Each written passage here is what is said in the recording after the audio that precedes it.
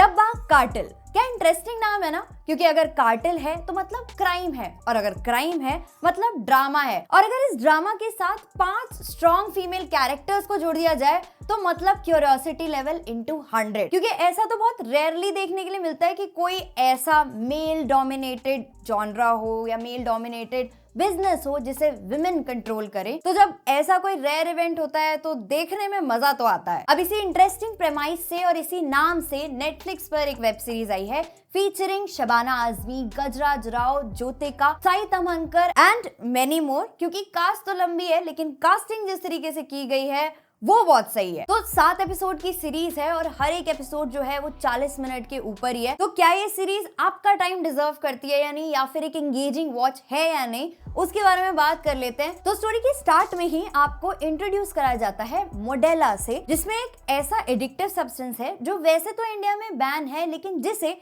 दवाई के नाम पे ही बेचा जा रहा है। अब इस स्कैम के पीछे है एक फार्मा कंपनी जो इसको हर हालत में छुपाना चाहती है, और इनके साथ साथ है एक डब्बा service led by Shabana Azmi and team जो खाने के डब्बे के साथ साथ कुछ और भी सप्लाई करते हैं। लेकिन जो देखने में इतना सिंपल लग रहा है वो एक्चुअल में उतना है नहीं, और कैसे इन सब के तार आपस में जुड़ते हैं वो आपको इस सीरीज में देखने के लिए मिलता है। एक सिंपल स्वीट सी हाउसवाइफ, उसकी मिस्टीरियस मदर इन लॉ, एक डोमेस्टिक वर्कर, एक अनहैप्पी वाइफ कम एंटरप्रेन्योर और एक रियल एस्टेट एजेंट जो वैसे तो एक दूसरे से बिल्कुल अलग हैं लेकिन साथ में आके कैसे एक कार्टेल चलाना शुरू करते हैं, तो वो देखने में काफी इंटरेस्टिंग लगता है। पहले के 2 एपिसोड्स में आपको हर एक कैरेक्टर से इंट्रोड्यूस कराया जाता है, थोड़ा सा बिल्ड बनाया जाता है, लेकिन सीरीज इंटरेस्टिंग होती है 3rd एपिसोड से जब चीजें आपस में कनेक्ट होने लगती हैं। और सिंस ये सीरीज फीमेल सेंट्रिक है तो प्राइमरी फोकस जो है वो सारे फीमेल कैरेक्टर्स पे रहता है। लेकिन एक चीज मुझे अच्छी लगी कि हर एक कैरेक्टर पे फोकस रहता है, और जो मेल कैरेक्टर्स भी है ना उनको भी एकदम से साइडलाइन नहीं करा जाता, थोड़ा बहुत फोकस उनको भी दिया जाता है। और 4th और 5th एपिसोड में सीरीज थोड़ी सी बोरिंग होती है, लेकिन 6th एपिसोड में एक कैरेक्टर के इंट्रोडक्शन से जिनका कैमियो है इस वेब सीरीज में, ये सीरीज एकदम से खुद को रिवाइव करती है। और उस कैरेक्टर का जो इंट्रो है ना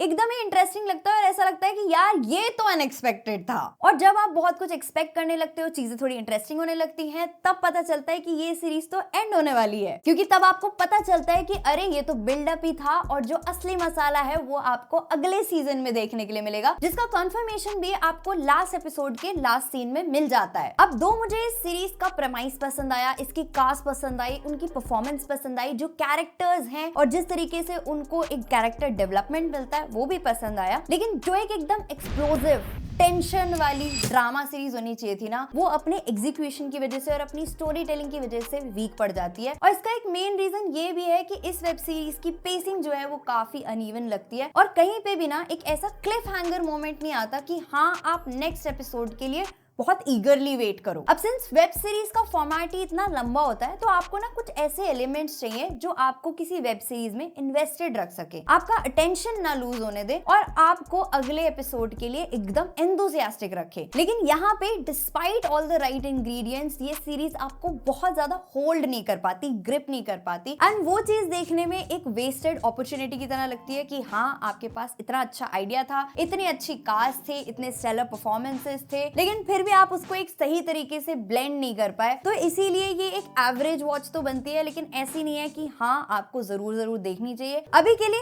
इससे ज्यादा इंटरेस्टिंग वेब सीरीज या फिर कंटेंट आपको देखने के लिए डेफिनेटली मिल जाएगा, बट हाँ जिस तरीके से इसका फर्स्ट सीजन एंड होता है ना, तो उसे देख के लगता है कि शायद सेकंड सीजन में इन सारी कमियों पे काम हो सकता है और हमें एक ज्यादा एंगेजिंग स्टोरी देखने के लिए मिल सकती है। तो वो कैसे होगा वो तो जब सेकंड सीजन आएगा तभी पता चलेगा। और ऐसी सीरीज से ना आप एक्सपेक्ट करते हो कि आपको ट्विस्ट एंड टर्न्स देखने के लिए मिले, आपको ट्विस्ट एंड टर्न्स मिलते भी हैं, लेकिन वो जो एक एक्सपेक्टेड इंपैक्ट आना चाहिए ना वो काफी जगह एकदम मिस हो जाता है, और वो चीज इसकी राइटिंग की वजह से साफ पता चलती है। इवन इसमें मुझे कुछ फोर्स्ड एलिमेंट्स भी लगे, जैसे आजकल हर वेब सीरीज या मूवी में एक LGBTQ एंगल डाल देते हैं, यहाँ पे भी वो एंगल दिखाया गया है लेकिन उसको अच्छे से एस्टैब्लिश नहीं किया जाता, और इसीलिए आप अल्टीमेटली काफी सारी चीजें प्रेडिक्ट भी कर लेते हो जो एक वेब सीरीज के लिए अच्छा नहीं होता। और वैसे तो इसमें कोई भी एडल्ट सीन नहीं है, लेकिन एडल्ट लैंग्वेज है, गालियां भर भर के हैं और जिस तरह की थीम है उससे बच्चों को तो खास तौर से दूर रखना। बाकी अगर आपके पास कुछ नहीं है करने के लिए और किसी वेब सीरीज को आप सिर्फ उनकी परफॉर्मेंस के लिए देखना चाहते हो, क्राइम ड्रामा देखना पसंद है या फिर आपके पास नेटफ्लिक्स का सब्सक्रिप्शन है, तो आप इसे देखना ऑप्ट कर सकते हो। बाकी आपकी चॉइस है। अगर आपको ये रिव्यू पसंद आया हो, आपको कहीं पे भी लगा हो कि हमारे थॉट्स मैच करते हैं, तो आप इस वीडियो को लाइक कर सकते हो और अगर अब तक सब्सक्राइब नहीं किया है तो सब्सक्राइब कर लो, तभी आपको आगे की वीडियोस देखने के लिए मिलेंगी। मिलते हैं नेक्स्ट वीडियो में, तब तक के लिए गुड बाय।